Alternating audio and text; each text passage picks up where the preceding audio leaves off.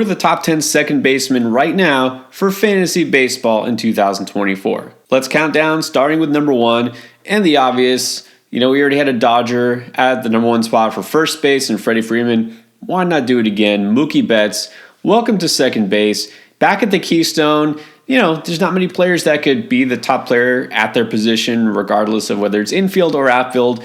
Mookie is one of them.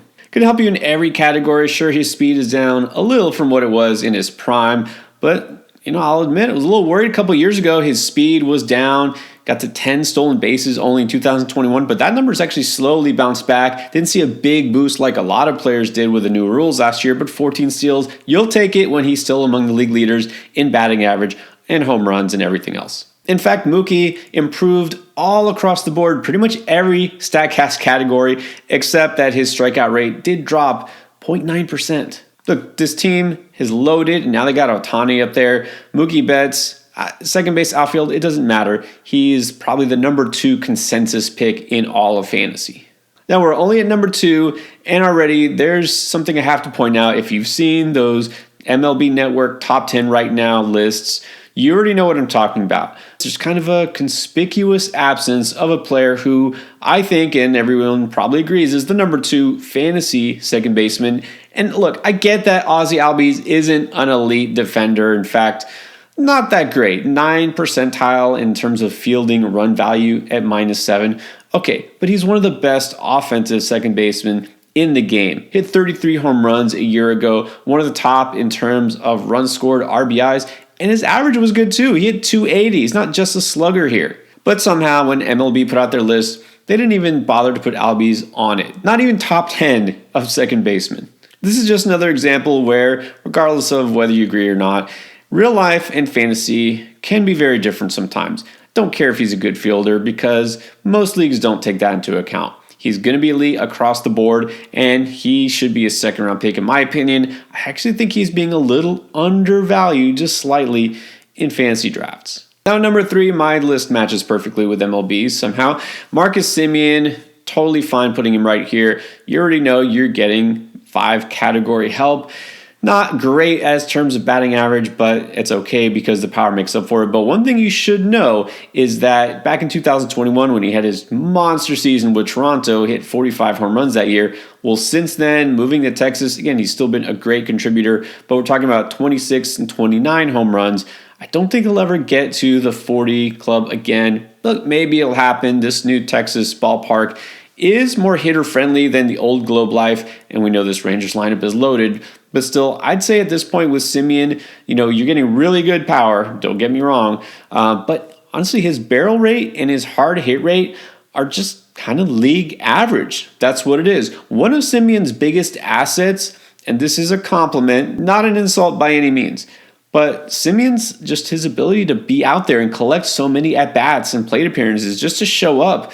That's one of his biggest strengths because he gets so much in terms of counting stats. He's at the top of that lineup. It's a great lineup. The power is good. It's just not elite, so don't expect him to get back to what he did a couple years ago. But still, you'll take what he gives you. Totally fine with him. Number 3. Number 4, you're waiting for Jose Altuve to drop at some point, fall off a cliff.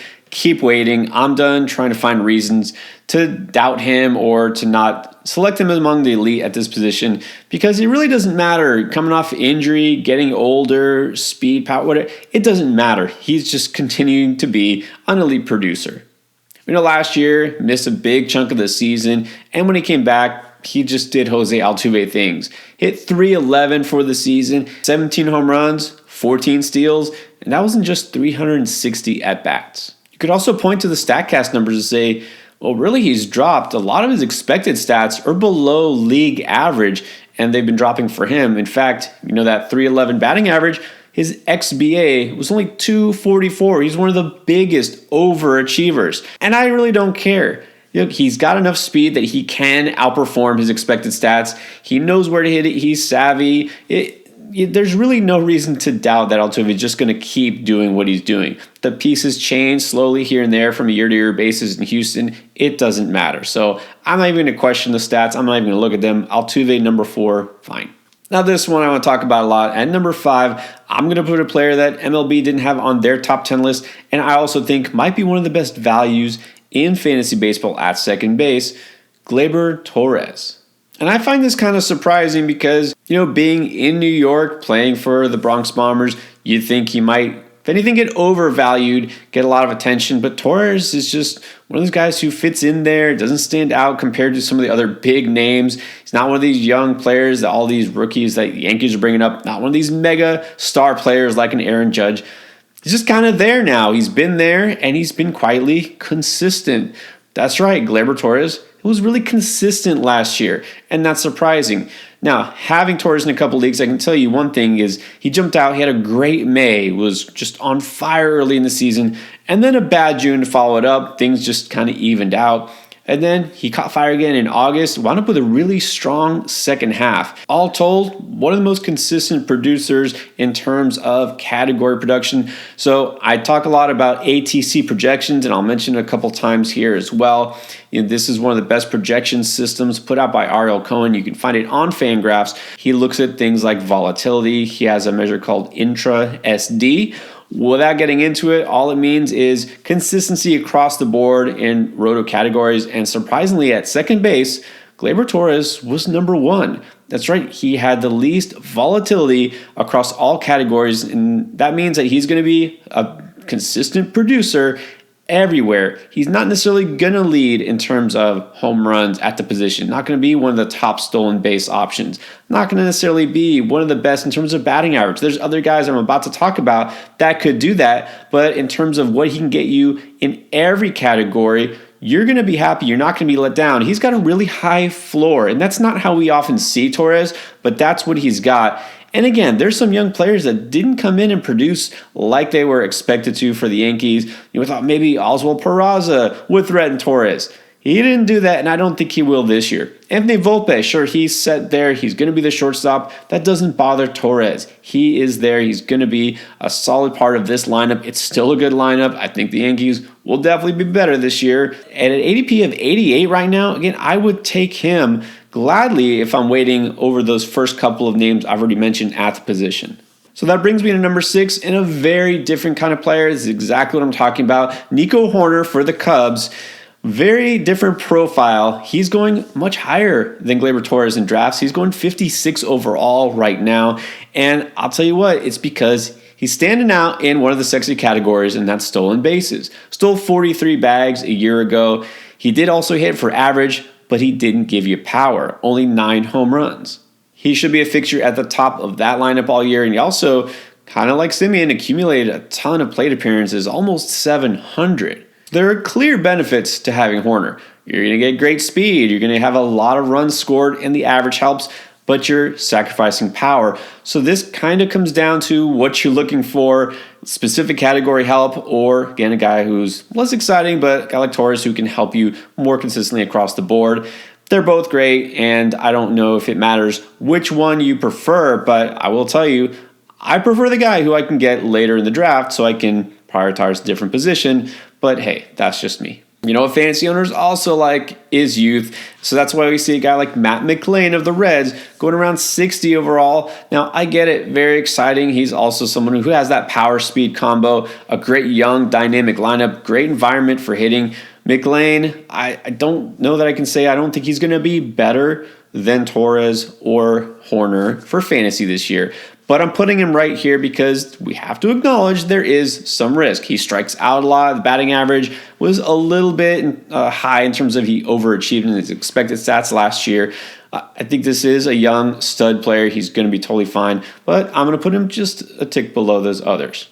Then at number 8, go with the veteran who's probably one of the better power hitters at this position, Ketel Marte. I'm going to come out and admit, last year I completely overlooked him. I thought that career year he had back in 2019 was an outlier. I thought that he was really being overvalued in fantasy, and then he came back with his second best season since 2019. He went to 25 home runs and 82 RBIs. Marte's always hit the ball hard. He's always had this in him. It looks now like maybe the last couple of years, it really was the injuries that were affecting him. So if he can get back to another full season of production, this Arizona lineup is pretty good these days. Marte is a totally fine fallback option here.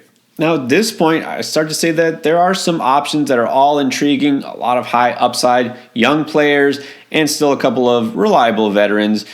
But there's really not a clear-cut answer as far as who makes the top 10. So I'm just going to say right now, honorable mentions, apologies to guys I like, but didn't quite fit in this list. Edouard Julien of the Twins, someone who's very exciting, has got great power as well, and hit for average last year. But you got to wonder if he's going to sit against lefties because he has shown some problems in terms of those splits. MLB actually had him on their top 10 list, which surprised me. I got him just outside my top 10, but definitely a player I like in the middle rounds. And then Andres Gimenez, we know he's solid, definitely can help you with speed and power there, but didn't quite make the list. So let's talk about a guy I've already mentioned. In fact, my first sleeper hitter video of this offseason, you saw Zach Geloff on the thumbnail. In just half a season worth of plate appearances, 300 last year, he went 14-14. Yeah, he's got great speed, sprint speed above 90th percentile. We know he's got a lot of pop. The bad thing is he plays in Oakland, and the runs scored, the RBI opportunities won't be as great as some of these other players. But the good news is he's locked in an everyday job. He's got nobody breathing down his neck, and he's going to hit the top of that lineup. If you want more detail on Geloff, I suggest just go back and watch that sleeper hitter video and see what I think. And then at number 10, I had to put Luis Arias somewhere on here. Now, with Arias, let me actually kind of give a word of warning here. Know what you're getting into, because like some of these players I've talked about already, he's not necessarily helping you in every category if you play in a roto league. He made headlines because he was hitting over 400 well into the season. Of course, that didn't happen, but still, 354, and year after year, he's not only one of the leaders in batting average, but also just in contact rate. The guy does not strike out, hardly ever. I'm not going to go so far as to even dare to compare him to a guy like Tony Gwynn because he's not near that level, but he's the closest thing we have to somebody who is just an on-base machine, someone who can get on base at a high clip.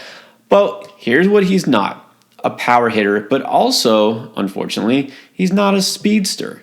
Marlins have always been a team that did not hesitate to run, and you'd think with all these players suddenly stealing last year because of the rule changes, a guy who hits 354 would at least get you double digits. He only stole 3 bases last year. And this is not a team that has a bunch of sluggers waiting in the wings just hoping to get a home run when he's on base. He should have the green light no matter what. He's just not that fast. Now, Arias did see his career best in home runs. It was 10. 69 RBIs, and again, despite being on base so much, getting so many hits, he only scored 71 runs. Let's face it, this is not the most dangerous offense in the league. The Marlins scrapped, and look, they wound up with a decent record, but this is still not one of the better offenses out there. They didn't do anything to really change that, so Arias, he's kind of the opposite of a guy like Gleyber Torres, who I'm bringing up again. He actually was the second most volatile, second highest intra SD at his position. He helps you so much in one category, which is batting average, but just so much volatility across the rest of the board. Again, he's actually hurting you in speed because there's so many second basemen, I've already mentioned, that can get you stolen bases. Arias will not do that. He will not get you enough power to actually be helpful. So almost a one-trick pony here. And again, that trick is really good. And batting average, it's hard to find so many players who can hit that high in average. So I understand it, but at the same time, just know that you're going to have to make up for it in terms of the other categories. Those are the top 10 second basemen for fantasy. If you didn't catch the top 10 first basemen, well, you can check it out right here.